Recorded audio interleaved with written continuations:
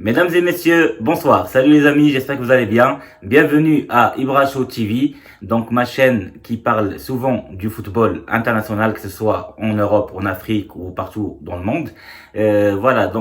Sur cette vidéo, je vais parler tout simplement de ce qui s'est passé ce week-end. Je vais faire un débrief des matchs importants. Par exemple, la Liga espagnole, ce qui s'est passé dans le derby entre Real Madrid et Atlético Madrid. Je vais parler, par exemple, du match qui va passer ce soir entre Barcelone et Levante. Je vais parler de la Ligue des champions africaine qui s'est passée ce week-end aussi. Je vous donne rendez-vous après ce jingle. À tout de suite.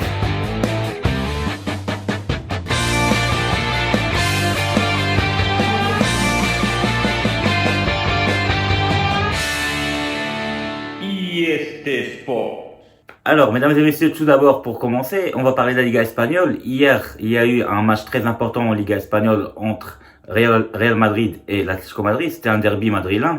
Et on sait très bien que malgré que l'Atlético Madrid est un peu loin dans le classement espagnol, par contre, le Real Madrid, elle devait vraiment gagner ce match-là. Et c'est ce qui s'est passé parce que le Real Madrid a gagné 1-0. Elle s'est imposée grâce à un but de Karim Benzema. Et grâce à ce but-là, ils ont gagné ce match-là 1-0, ce qui fait que ils sont toujours devant au classement de la Liga espagnole. Maintenant, ils sont à 6 points de FC Barcelone, donc peu importe le score de ce soir entre Barça et Levante, le Real Madrid reste toujours première, donc ils font vraiment un très bon parcours en ce moment avec Zinedine Zidane. Donc ce qu'il faut savoir dans ce match-là contre l'Atlético Madrid, c'était un match en fait qui était plaisant, malgré qu'il n'y avait pas beaucoup d'occasions de but, mais il y avait quand même du jeu. Ça se jouait, il y avait des constructions de jeu de pas mal, etc. Mais c'est vrai qu'il manquait pas mal d'occasions de but. Il y en a eu quelques occasions, que ce soit pareil et d'autres. L'Atlético, par exemple, avec Correa, il y a un face-à-face qu'il a raté. Madrid, elle a dominé avec son style de jeu, avec la possession, etc. Et il y a vraiment les joueurs qui ont marqué ce match-là et qui ont très très bien joué. C'est surtout Valverde, le milieu de terrain, et Mendy, l'ailier gauche de Real Madrid, qui remplace Marcelo en ce moment, le français. Donc franchement, il a très très bien joué et c'est lui qui délivre la passe décisive pour Karim Benzema, qui marque aussi et donc qui est efficace. Donc ce qu'il faut retenir, c'est que Benzema, il revient à son efficacité comme d'habitude parce qu'il était blessé et dès qu'il est revenu de blessure, il a rejoué pratiquement 2-3 matchs et en Coupe d'Espagne d'ailleurs, le Real Madrid qui a battu Saragosse 4-0 à l'extérieur. C'était un match très très facile et c'était Benzema qui avait marqué le dernier but lors de ce match-là et qui a permis à Real Madrid de se qualifier en quart de finale sans problème. Donc Benzema, c'est l'homme fort du Real Madrid en ce moment depuis le début de la saison d'ailleurs. Et c'est lui le meilleur buteur de la Liga espagnole devant Messi pour l'instant. Pour résumer, ce match-là était tout simplement un match entre moyen et pas mal, parce que le but du match, c'était de gagner vraiment les 3 points. Et ce que Zinedine Zidane et Madrid ont réussi à faire. Et maintenant, ils sont devant tout le monde en Liga espagnole. Bravo à Madrid.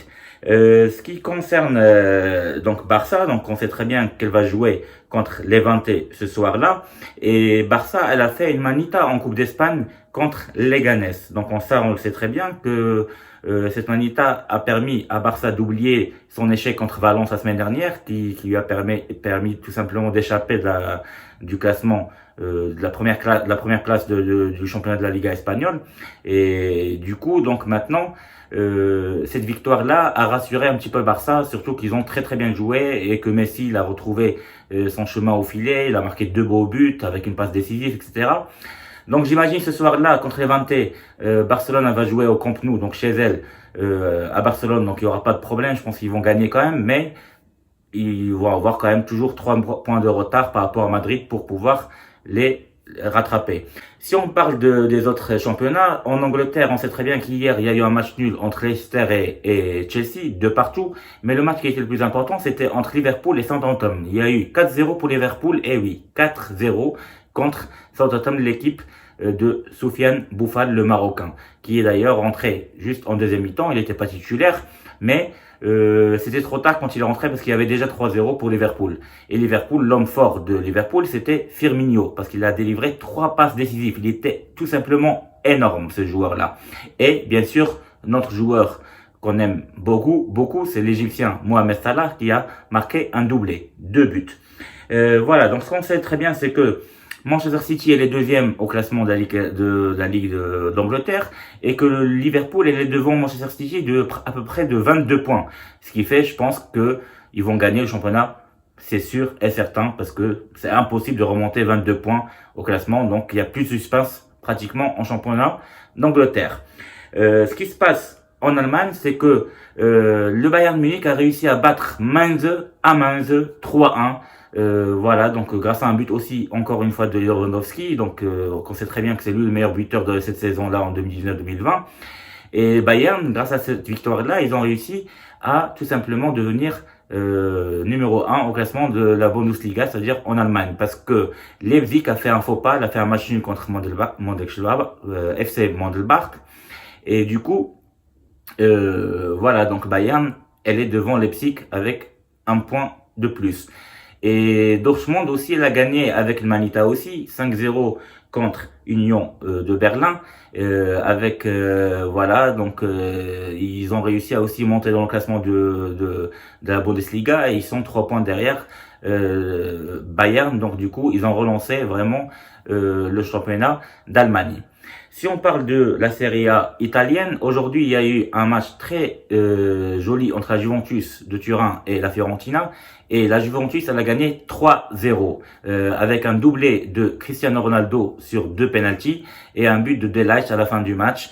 En fait, grâce à une passe décisive de Dybala. Donc la Juve elle est première toujours. Juste derrière, il y a la Lazio de Rome qui a réussi aussi à gagner. D'ailleurs avec un score large, 5-1 contre Spal. Et c'est Immobilier qui a marqué aussi un doublé encore une fois. Et donc il reste toujours le meilleur buteur de la Serie A devant Cristiano Ronaldo avec 6 pions ou 6 buts de plus. Voilà, donc ça c'est ce qui concerne la Serie A, sachant qu'il y aura des matchs ce soir de l'Inter Milan et des autres équipes. Ce qui concerne la Ligue 1 en France, il y a eu un match très important hier entre Paris Saint-Germain, donc PSG et Montpellier, et il y a eu aussi encore une fois une manita. Donc c'est le week-end des manitas, tout simplement, c'est très rigolo. Il y a eu 5-0, et oui, avec des buts jolis de Sarabia, de Di Maria, de Mbappé, etc. Donc c'était tout simplement un match de spectaculaire pour le Paris Saint-Germain qui reste toujours premier au classement de la Ligue 1, très loin devant Marseille. Voilà, ça c'est ce qui concernait l'Europe. Ce qui concerne l'Afrique et la Ligue des champions africaine, je vais vous parler tout simplement de ceux qui ont été qualifiés. Donc maintenant, on sait très bien les 8 qualifiés en quart de finale. Donc on sait que le Wydad de Casablanca et le Raja de Casablanca, les 2 clubs mythiques de Casablanca au Maroc, ils ont été qualifiés. Les 2 clubs mythiques aussi de l'Égypte, que ce soit l'Ahli ou Zamalek, ils ont été aussi qualifiés.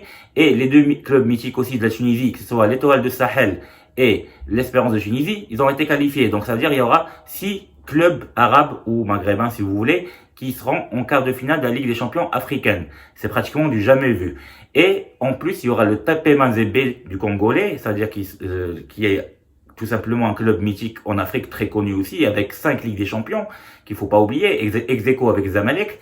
Et en plus, il y a Sundowns, Mamelodi Sundowns de l'Afrique du Sud qui sont aussi qualifiés. Donc maintenant, on connaît les 8 qualifiés, parce que tout simplement, dans le groupe du Wydad et de Mamelodi Sundowns, on savait très bien que les deux qualifiés, c'était le Wydad et le Mamelodi Sundowns, et que le match entre eux, c'était juste pour voir qui sera le premier. Et malheureusement, le Wydad de Casablanca a perdu ce match-là à cause d'un penalty qui était un peu mitigé, et Mamelodi Sundowns a gagné 1-0. Du coup, Mamelodi Sundowns a été première du groupe avec 14 points et le Wydad juste derrière avec 9 points et Petro, ils étaient 3e avec 4 points et l'USMA d'Alger finalement ils ont été 4e avec seulement 3 points. Dans l'autre groupe du Raja de Casablanca, il y avait un match entre Raja et la Vita Club. En fait, c'était facultatif, en fait, c'est juste pour le spectacle, parce qu'on savait très bien que c'était l'Espérance qui allait finir première et le Raja deuxième.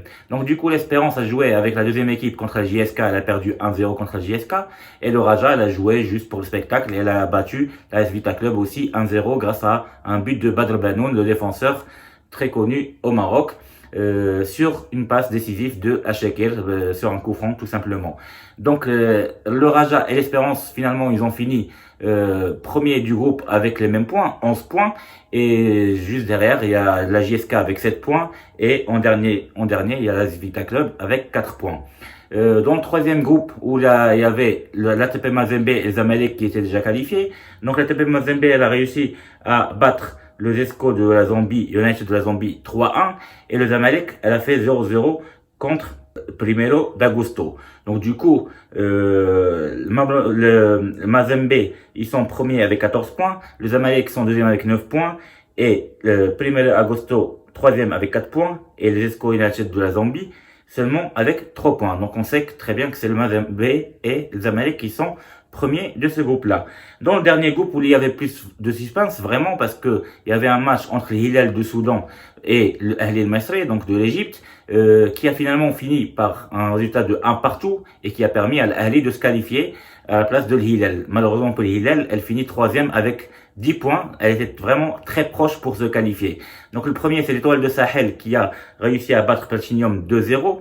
Donc ils sont premiers avec 12 points. Et l'Ahli juste derrière avec 11 points. Et malheureusement, l'Hilal, elle a que 10 points et elle est troisième. Et le Platinum, ils étaient loin derrière avec seulement un seul point parce que ils étaient très mauvais dans ce groupe-là et très faible.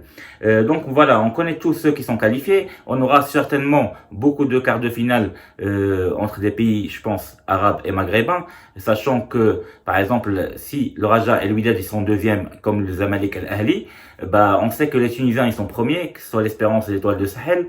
Donc sûrement il y aura une confrontation entre les Tunisiens et soit les Égyptiens ou les Marocains. Par exemple, le Wydad peut rencontrer l'Espérance de Tunis. Voilà, donc j'ai bien terminé ma vidéo. Si vous avez bien aimé ma vidéo, n'hésitez pas à partager et à liker comme d'habitude et surtout de s'abonner en cliquant sur ma photo qui va s'afficher. Et je vous dis à très bientôt. Au revoir.